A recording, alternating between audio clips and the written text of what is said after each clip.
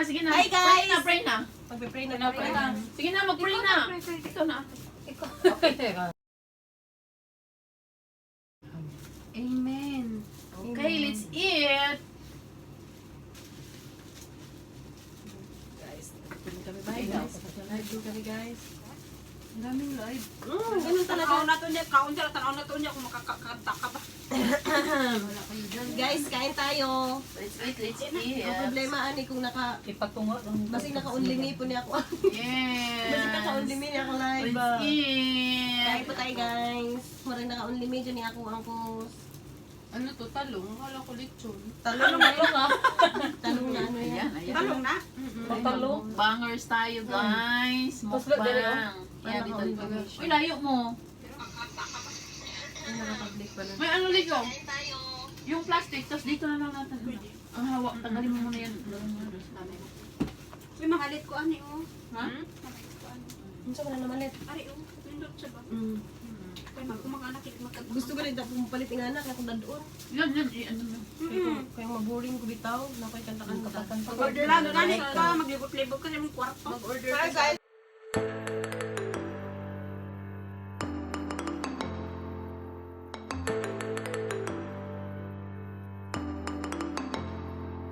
Paano mga hanap ng afam? Agoy. Agoy. Siyempre, kasi, ano ka na? Paano Parang makahanap? graduate ka na ng ano, ganyan. Patay tayo dyan. Paano na makahanap ng AFAM? Paano ka nakahanap ng afam? Paano daw ako Paano nakahanap? mo nahanap ng pag-ibig mo sa Oh. online Online, ano. Online ba yun? Site, dating Oo. site. Ay, wala ko sa Dating site. wala ko sa dating site. Ay, mga Nga ni ba, online site, mag-online site. Wala ko sa dating site. Where? Guys! Ha? Sorry na. Okay. Paano ko na meet si Chris, guys? May common friend kami. Yung friend ni Chris, yung friend ko na lagi kong kausap, may asawa na siya, married na siya.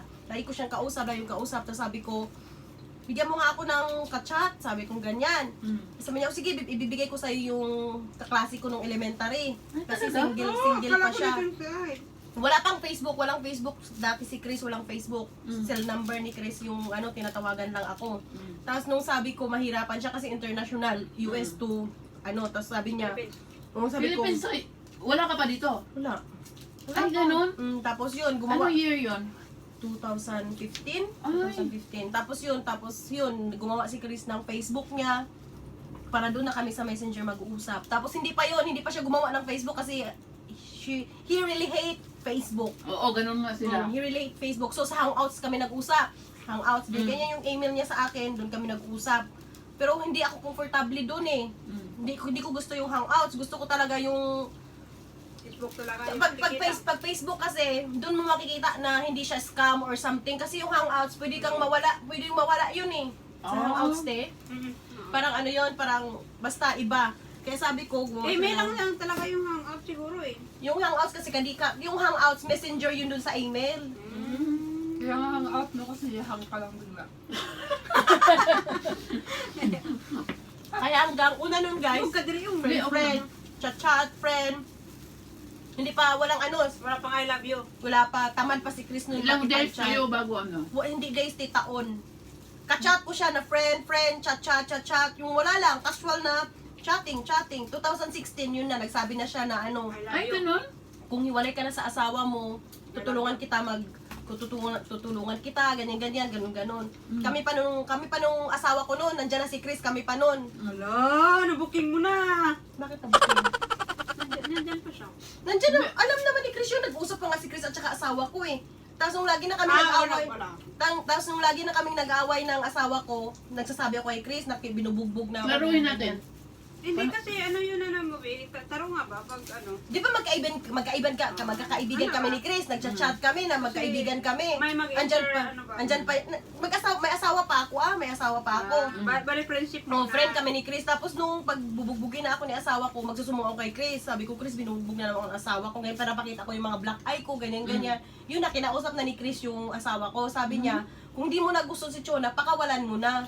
Kasi dito nga sa US, pag full out of love na kayo, divorce, divorce. ano kaagad sa kanila. Mahirap Oo. eh. Kung ayaw mo na kay Chona, Go, let him, go. let her go. Niya na siya. Set her free. Tapos gumanon yung asawa ko. Okay, sige, iwalayan ko na si Chona kasi di na naman kami magkakasundo, kawawa lang yung mga anak namin. Ganun talaga yung setup namin. Tapos sabi ko, pupunta ako Hong Kong. Pumunta ako dito sa Hong Kong noon. Hindi lang nung 2007 na pumunta ako ng Hong Kong noon. Pagpunta ko dito sa Hong Kong, yun na, sinabi ko na sa asawa ko, maghiwalay tayo ng verbal. Para hindi malaman ng pamilya mo, hindi rin malalaman ng mga anak natin, maghiwalay tayo. Yun na, nung pagdating ko ng Hong Kong, minumura na niya ako pag nagchat-chat siya. Sabi niya, alam ko, may maraming pukpuk dyan sa Hong Kong. Sabihin niya, baka isa ka na dyan, ganun-ganun na siya sa akin. Ay, ganun? Siyempre, nawala na yung respeto namin sa isa't isa. Ay sabi niya, oh, busy ka na naman dyan. Wala ka na namang time tumawag sa mga anak mo kasi pukpuk ka na dyan sa Hong Kong. Kasi kadalasan sa mga helper dyan, mga pukpuk, sabi niya. Hindi naman. Oo. Hindi kami nga pukpuk dito kami. Ganun. Ang dami pukpuk. Hindi, Grabe na. ganun Mas lang kami Hindi, ng te, pas. kahit pa in general, taga sa atin talaga, ibang tingin niya sa mga DH dito sa Hong Kong. Oo. Grabe naman. Hindi naman lahat. Hindi naman Hindi nga, lahat. hindi nga lahat, for general, ganun ang bansag ng mga DH na Hong Kong. Oh, pero Bansag na talaga yan. Bansag na Bansag na talaga yan. Bansag na lang, pero hindi naman lahat. Ay, Ganyan. yun nga, sabi ko nga for general, nasa sayo yun kung ano, nadadamay lang tayo sa mga gawain din ng mga iba. Wala akong pinupoint out, Oo. parang sinasabi ko lang for general na nandun pa tayo sa Pilipinas, dinig na natin yan na ang mga DH sa Hong Kong, ganito. Ay, Oh, Ako. ganyan talaga yan. Para mag-walk out na ako. Kasi free country kasi yung Hong Kong eh. Free country yung Hong Kong, hindi kagaya sa Anong Saudi. gawin mo, walang pakialam. Hindi kagaya sa Saudi na hindi kagaya sa Saudi na hindi ka nakakalabas, tapos mag-abaya pa yata kayo. Dito kasi free country, yun talaga yung mga Diyos bansag ko, mo. kahit nagkabaya pa kayo, magkita-kita pa yan. Tuslok din. Nakalive pala. Oo, totoo yan. Kahit sa Saudi, pag gawin mo. Gusto mo. Kaya mo, hanap pa ng paraan. Pero kung ayaw mo, ayaw. Talaga. Yun lang yan. Tapos wala pa rin yung di ba, chat-chat kami ni Chris. Oo. Hindi pa rin kami matatawag na magkarelasyon kasi chat-chat lang, hindi pa kami nag-meet ng personal. Tapos nung yung alam na talaga ni Chris na talagang wala na kami kasi kahit nandyan pa si Chris, nagsasama pa rin kami. Kahit nandyan pa si Chris, nagsasama pa rin kami ng ex ko, nakikita kami. Siyempre may mga anak kami. Kasi inisip ko naman, bakit pa ako maghanap ng ibang lalaki? Illegal ko pa naman siyang asawa. Na hindi pa naman kami nagkita ni Chris. Yung parang option ko doon, te, kung talagang maghiwalay na kami ng asawa ko, doon ako kay Chris pupunta. Kaya sabi ko, habang hindi pa kami naghiwalay ni Chris, hindi na ako maghanap ng ibang lalaki kasi kahit naghiwalay na kami ng ex ko, uuwi siya sa bahay. O sige, tatanggapin ko siya. Wala pa naman akong, hindi pa naman kami legal ni Chris noon kasi hindi pa kami nag-meet. Pero, magkarelasyon kami ni Chris, pero hindi mo pa naman matatawag na karelasyon mo kasi hindi mo pa nami-meet. Tapos nung nag-meet na kami ni Chris, doon na talaga namin nung asawa ko. Narelasyon na talaga. Maghiwalay na talaga. Hiwalay na talaga kami kasi siya, kahit wala pa si Chris, hindi pa kami nag-meet ni Chris, may kalibin na siya. Malala siya. May kalibin na siya. Ay sabi ko naman sa kanya, wala namang problema sa akin kasi ako naman nakikipaghiwalay sa kanya. Kaya saan pa siya magpunta? Wala. Uuwi siya sa bahay, tatanggapin ko kasi nandyan yung mga anak ko eh. Pero hanggang doon lang yun. Kaya nga, pabubugbog ako kasi nga sabi ko, hiwalay na tayo, bakit gusto mo pang ganito-ganito? Di ba? Iba eh. Kasi ang alam niya, mag-asawa pa rin kami, ganyan-ganyan. Kasi, Kasi alam niya, kasi hindi tinatanggap paano ko pa siya eh. Kasi tinatanggap ko pa siya sa bahay. Pag nagsusumba nga ako noon sa bayan, sinusundo niya ako ng motor, te. Pagdating doon sa gitna ng kalsada, gaganon-ganon niya yung motor. Tatakbo nga ako. Bababa nga ako doon sa motor, kasama pa namin yung anak namin na bunso. Ay. Tatakbo-takbo pa nga yung anak ko sa tatakbo-takbo kami sa kalsada para kami mga tanga. Oh? Kasi itutumba niya yung motor.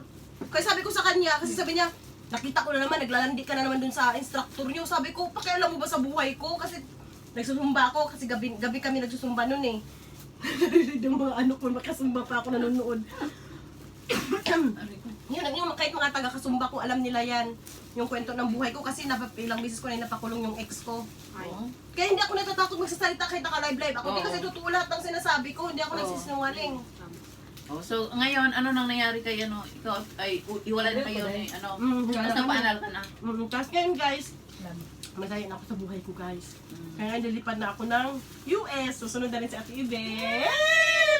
Ulit na yan. Ulit maiwan kami dito. Guys, may nasasaktan. Naghanap pa kasi sila lang sa kanya. Hindi na siya Oh, maghanap guys kasi Yan guys, hindi pala niya nahanap si Sa dating site. yung kanyang afam Dating. sa dating site. Ano pala? my mutual friend. Mutual friend pala. Introduced by a friend. Oo. By a mutual Akala ko friend. sa dating site. So yan lang ang kanyang Kaya nga nung Story? interview ako sa US Embassy, tatanungin ka te, Oh. Oo, how did you meet how did you meet your fiancé? Ganun yung consular officer. Oh. Nung pagkasabi ko pa lang na ano, sabi ko, he introduced by a mutual friend. How long, sabi niya, gaano katagal yung kaibigan niya nag-introduce sa kanya kung silang magkakilala. Childhood friend silang dalawa. Kaya yun, wala nang tanong-tanong kaagad yung consular. Kasi kung sa dating site, hinihan ka pa niya ng papilte Oh. na pagpapatunay na magpapatunay na yung dating site na yun, hindi marriage broker. Okay guys, that's it. Story, love story. Kaya makakapunta na siya ng Jomerica. Bye!